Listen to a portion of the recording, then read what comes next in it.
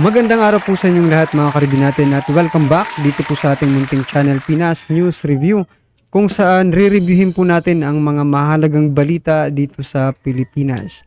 Mga simpleng komento sa mga issue dito sa Pinas. At eto nga mga karibin natin, kapapasok lang, umamin na. Naku po PBBM pala at hindi si Tamba.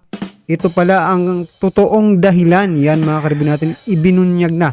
Yan po ang mga karibin natin ng ating aalamin mula po rito sa channel ni Kabayan News PH. Yan mga karibin natin, nasa description po ang full video link ng balitang ito. Subscribe na po kayo kay Kabayan News PH. At kung bago ka pa lang at di pa po nakapag-subscribe sa ating munting channel, please don't forget to subscribe. At i-click na rin po ang bell notification para updated ka po sa lahat ng ina-uploads nating reaction video. At ito na nga, sama-sama at sabay-sabay po natin pakinggan, panoorin at bigyan ng reaksyon ang balitang ito. Ito na po. Mga kabayan, ibinunyag ni dating legal counsel ni PRRD na si Atty. Harry Roque na malaki ang posibilidad na itong si Pangulong Bongbong Marcos Jr. ang nasa likod ng lahat ng kaguluhan at isyu na nangyayari ngayon sa politika, partikular ang bangayan sa pagitan ng mag-amang Duterte at Kamara sa liderato ni Speaker Martin Romualdez. Isa sa mga ibinunyag ni Atty. Harry Roque ay ang pagbabago ng ihip ng hangin kung saan ay tila nagbago ang desisyon ni PBBM na pag-aralan ang pagbabalik natin bilang miyembro ng ICC at ituloy ang investigasyon sa dating Pangulong Duterte. Ito ay sa kabila ng mga nauna niyang pahayag na hindi na tayo muling makikipagkasundo sa ICC. Nakarating daw kay PBBM na kinakausap ni dating PRRD ang mga militar. Baka may kinalaman yung sinasabi ni Armed Forces Chief of Staff Browder na distab. So at that point, nagkaroon ng duda na baka nagdi-distab itong si FPRRD. Yung mga same daw na mga military officials na kinausap di umano ni FPRRD ay nagsumbong din kay PBBM na kinausap sila. Ito po ang dahilan daw kung bakit nabago ang ihip ng hangin. Diyan daw nabago. At diyan nagdesisyon daw ang PBBM mismo na makipagtulungan sa ICC at pag-aralan ang pagbalik sa ICC. Naniniwala si Roque at ang ilan nating mga kababayan na hindi si Speaker Romualdez ang nagkukontrol ng Kamara kundi may basbas ito ni Pangulong Bongbong Marcos Jr. at ginagamit lang na front itong si Speaker Romualdez. Hindi po pala si House Speaker ito, si Presidente PBBM. Di umano ang nasa likod dito. At tanging namang si PBBM lang ang po pwedeng gumawa ng ganitong desisyon. Kaya nga po yung banta na nakikipagtulungan na tayo sa ICC, mukhang totoo. Anong relevance niyan? Kasi sabi ng mga dati naming kasama, labas-pasok daw ang mga puti na galing sa ICC. So, ibig sabihin mga karibin natin, yung mga House resolution dyan po sa Kongreso, mga karibin natin, di ba? Nakaplano na pala yan mga karibin natin kung gano'n yan ang gustong ipalabas ni Atty. Harry Roque, mga karibin natin, no? Kung si PBBM man. Kayo po ba mga karibin natin, naniniwala po ba kayo na posible na si PBBM po yung may pakana ng mga kaguluhang ito? Yan ay tanong lang po mga karibin natin at kayo ay malaya pong makapaghayag ng inyong opinion, di ba? Ano kayang nangyayari ngayon sa ating bansa, mga karibin natin, So meron po akong confirmation na talagang nag-iimbestiga ang mga dayuhan dito sa Pilipinas na labag na sa ating saligang batas. Dahil nga po hindi na tayo miyembro ng ICC, dapat hindi na sila nag-iimbestiga. Malungkot po dahil ang suma total, dahil lamang sa politika, mukhang binabaliwala natin ang soberenya at ang pagiging independente ng ating mahal na bayang Pilipinas. Ano ang masasabi mo dito, kabayan? Naniniwala ba kayo na may alam at may basbas itong si PBBM sa nangyayaring away na mag-amang Duterte at Kamara sa liderato ni Speaker Martin Romualdez? So yan mga ka-review natin, ito opinion lang po ito. Posible po yan mga ka-review kasi 'di ba? Palagi pong magkasama si PBBM at itong si Speaker Romualdez, 'di ba mga ka-review natin? At imposible namang hindi sila nag-uusap sa mga bagay-bagay. Ha? Siyempre pag-uusapan po nila 'yan. At gaya nga po ni sabi ni Attorney Harry Roque, mga ka-review natin, meron na palang nakapasok na mga ICC dito sa ating bansa at nagsisimula na mag-imbestiga, no?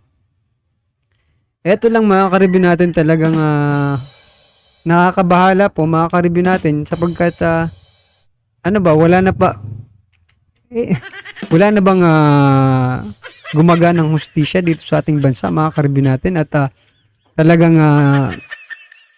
mga puti pa o itong mga ibang bansa pa talaga ang kailangan mag-imbestiga, 'di ba? Parang nakakapanliit po mga ka-review natin, no?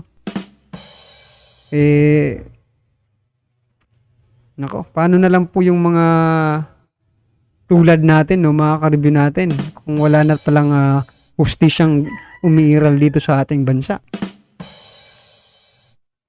Sama-sama nating panuorin ang buong video at pakicomment nyo po ang inyong mga reaksyon at sariling opinyon. Pero bago yan, muli po ako nag-iimbita sa mga hindi pa po nakasubscribe sa ating channel na Kabayan News PH, pakipindot po ang subscribe button at pakiclick na rin ang notification bell para lagi kayong updated sa mga bagong upload natin na legit at napapanahong balita. Maraming pong salamat. Lahat ng sinasubmit, pinapakita sa amin. Pero nabago po, hindi ko alam kung bakit talaga. Wala naman po ko sama ng loob, wala akong galit kay OSG Maynard. Nabago lang talaga. Siya'y dumiretso, hindi na nagkonsulta at yun nga po, kung hindi pa nasa internet yung kopya ng final ng pleading ng OSG, hindi ko malalaman na 3 sentences lang ang sinabi ng OSG dun sa lack of jurisdiction. Pero nanindigan naman po ang presidente. August, hindi na makikipagtulungan. Na-dismiss yung ating challenge on admissibility, dinala sa appellate chamber, dinismiss ng appellate chamber, although 3-2 on decision, 3 na dismiss, 2 na dapat walang jurisdiction, so split court po yan, no? Pero inulit na naman ni presidente, hindi na kami magtutulungan. Ang sabi nga niya, that puts an end to all our engagements with the ICC. Sabi pa nga niya, of all form and shape. So wala na. At ang linya pa rin ni Secretary Remulla, kapag sila pumasok dito sa Pilipinas para mag-imbestiga, paaresto ko sila. Now, bakit ba importante ito kooperasyon? Kasi walang pulis, walang process server, at walang sheriff ang ICC. So yung mga supina para sa mga witnesses, supina para sa dokumento, at pinaka-importante, warrant of arrest na i-issue ng hukuman, dapat yung miyembrong gobyerno ang magsuserve sa pamamagitan ng competent authorized agency. Pag yan talaga mga ka-review natin, no? Pag yan talaga ay pag nakapasok talaga dito mga ka-review ng ICC, marami pong nagko-comment, no, mga ka-review natin, ha. Sinasabi po nila na baka ito ang maging dahilan, no, ng pagiging magulo ng bansa natin, no, mga ka-review natin. Kasi marami pa rin po ang nagmamahal sa mga Duterte, mga ka-review natin. Maging si PBBM nung una po, ano ba? Nung unang pangangampanya pa lang po, nangako po siya, 'di ba? Na hindi pa papasukin yung ICC. Isa po 'yan sa kanyang mga mga sinabi, mga ka-review natin. Maging ngayon, 'di ba? Sinasabi niya nga na nakaraan, 'di ba? Sinabi niya na hindi nga papapasukin ng ICC. Pero nagbago po ang lahat simula po ng may mga resolution diyan sa Kamara. Oh. Kung totoo mang ginagamit lang itong si Speaker Romualdez ni PBBM, mga ka-review natin, talaga pong nakakabahala po, mga ka-review. Dahil mismo po, no? Ito ay opinion lang, ha. Mismo pong ama ng ating bansa, no? Ang sumisira, mga ka-review natin. Paano natin hindi masasabing sumisira, mga ka-review natin? Kasi 'di ba, wala nang isang salita mga ka-review natin kung mapapansin nyo at kung napapanood nyo man yung mga statement, di ba, ni PBBM, kung papapasukin ng ICC talaga, wala na wala nang isang salita, mga karibin natin. Wala nang pangakong natupad eh. Yan ay opinion lang, mga ka-review natin ha. Pero kung kayo, i-comment nyo nga po kung natupad yung mga pangako ni PBBM, mga ka-review natin. Dito po sa ating channel, para at least alam ko rin, mga ka-review, na mayroon naman pala natutupad, no? Eto nga lang ang masakit mga ka-review natin ha. Paulit-ulit po tayo dito kasi, di ba? Para kasing hindi nire-respeto na yung dating Pangulong Duterte, mga ka-review natin. Diba? Matapos, yun nga yung matapos nga pong ipalibing yung kanyang ama na yan sa libingan ng mga bayani at tapos ngayon, eto. Siya daw di umano, sabi ni Atty. Harry Roque, mga ka-review natin, ang nasa likod, nako po, ng kaguluhang ito. At ito mga ka-review natin, may nag-comment po sa nakaraang video natin. No? Sabi niya po tumatanaw naman po ng utang na loob si PBBM doon sa ginawa ng Duterte, no? Ni former President Duterte sa pagpapalibing sa kanyang ama. May ginawa naman po, no? Yung sabi kaya nga inilagay, no, si Vice President Sara sa Vice Presidency at saka sa DepEd, mga ka-review natin. Yun daw po ang kapalit. Yun nag-comment yun daw po yung kapalit ng ginawa ni former President Duterte sa pagpapalibing sa kanyang ama. Ginawa daw Vice President si VP Sara. Nako, siguro itong nag-comment, mga ka-review natin, na hindi niya po alam, di ba? Na napili. Nako. Pinilit nga yan eh. Hindi nga yan kusang tumakbong vice president. Pinilit po yan ng mga DDS. Diba? Na tumakbo bilang vice president tapos sasabihin mo ngayon, mas malaki pa nga yung boto eh. Diba? Ni VP Sara kaysa kay PBBM. Ibig sabihin, mas trusted. No? Itong si Vice President Sara Duterte kaysa po sa ating presidente. Ay nako, ano na naman ang nangyayari sa ating mahal na bayan, mga ka-review natin, no? Sa Pilipinas ay DOJ. So ang communication ng hukuman, papadala sa DFA, pero DFA padadala sa competent authority na DOJ. So matapos po mabasura yung apilan natin itong taong 2023, pareho pa rin ang sinabi ng Presidente. Hindi na tayo makipagtulungan. Our engagement with the ICC is finished. Siyempre po, nagkaroon ng resolution sa House. Pero parang yung paghain ng resolution, sang-ayon sa script na parang talagang nagbago ng isip ang Malacanang tungkol sa ICC. Kaya ngayon, nang huling binanggit ng Presidente, kailangan natin pag-aralan yung pagbalik nga sa ICC. Well, ito po ang aking handalaman sa aking mga bubuit. Nakarating daw kay PBBM na kinakausap ni dating PRRD ang mga militar. Hindi ko alam kung anong topic na usapan nila, pero baka may kinalaman yung sinasabi ni Armed Forces Chief of Staff Browder na de-stop. So at that point, nagkaroon ng duda na baka nagdi-de-stop itong si FPRRD. Ito po ang narinig ko sa bubuit ko ha. Iwa naman po itong aking bubuit. Yung mga same daw na mga military officials na kinausap, di umano ni At mga ka-review natin, yung nagpakalat po ng anong ganyang balita, mga ka-review natin, pumutok po yan nung nagsalita po si Trillanes, di ba mga ka-review natin? Na, yan, inakusahan niya ni Trillanes na si dating Pangulong Duterte ang may pakana doon po sa sinasabing di umano, mga ka-review natin, na destabilization, di ba? Nako. May naniniwala pa po ba kay Trillanes, mga ka-review natin? O talagang ginagamit lang itong mga dilawan na ito, di ba? Para sa mga ganitong pamamaraan nila. At saka, eto pa mga ka-review natin, kung totoo mang si PBBM po talaga ang may pakana ng mga kaguluhang ito, masasabi po natin na ang gobyernong ito, ang administrasyong ito, mga ka-review natin, ay kaliwa na rin. Diba?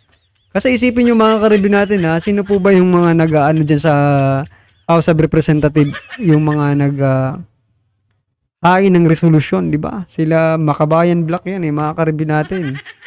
Di ba?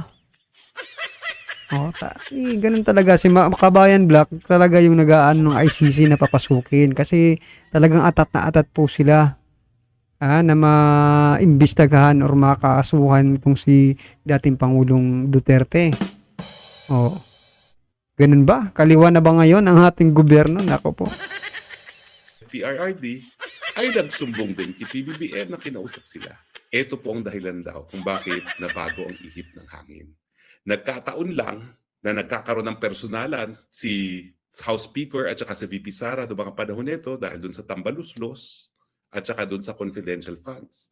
Pero ang tingin ko kaya nanahimik na si PBBM sa confidential fund at hindi na dinepensahan ang sariling budget proposal niya. Kasi yung confidential fund naman ni VP nasa budget proposal ng Malacanang. Wala namang hiwalay na budget proposal ang Office of the Vice President. No? Ay dahil nakarating nga kay PBBM daw yung pag-uusap ni FPRRD sa mga militar. Talagang makikipag-usap ang presidente sa militar dahil mahal niya ang militar. Pero hindi po dahil sa DSTAP. Dahil ang sinasabi naman palagi ni presidente, siya ay abogado, siya ay susunod sa batas. Diyan daw nabago. At diyan nagdesisyon daw ang PBBM mismo na makipagtulungan sa ICC at pag-aralan ang pagbalik sa ICC. Hindi po pala si House Speaker ito, si Presidente PBBM. Nako po, talaga namang mga ka-review natin. Ibig sabihin, mga ka-review natin, na pati si PBBM natatakot kaya dating Pangulong Duterte. Bakit naman siya matatakot, mga ka-review natin, kung wala siyang ginagawang kalokohan, di ba? Bakit ka naman matatakot sa sarili mong armed forces kung wala kang ginagawang kalokohan? Di ba, mga ka-review natin? Talaga, ano po ang inyong reaksyon dito, mga ka-review natin, sa pasabog ni Attorney Harry Roque? Yan po ang kanyang opinion, mga ka-review natin, na posibleng si PBBM po ang nasa likod ng mga kaguluhang ito. Ano po ang inyong masasabi dyan, alright? I-comment lang po sa baba para at alam po ng ating mga kababayan ang inyo pong nararamdaman patungkol po dito, mga ka-review natin, alright? Kung bago ka pa lang at di pa po nakapag-subscribe sa ating munting channel, please don't forget to subscribe. At i-click na rin po ang bell notification para updated ka po sa lahat ng ina-uploads nating reaction video. At wag din pong kalimutang mag-subscribe kay Kabayan News PH. Yan, mga ka-review natin, nasa description po ang full video link ng balitang ito. Subscribe na po kayo kay Kabayan News PH. Yan, mga ka-review natin.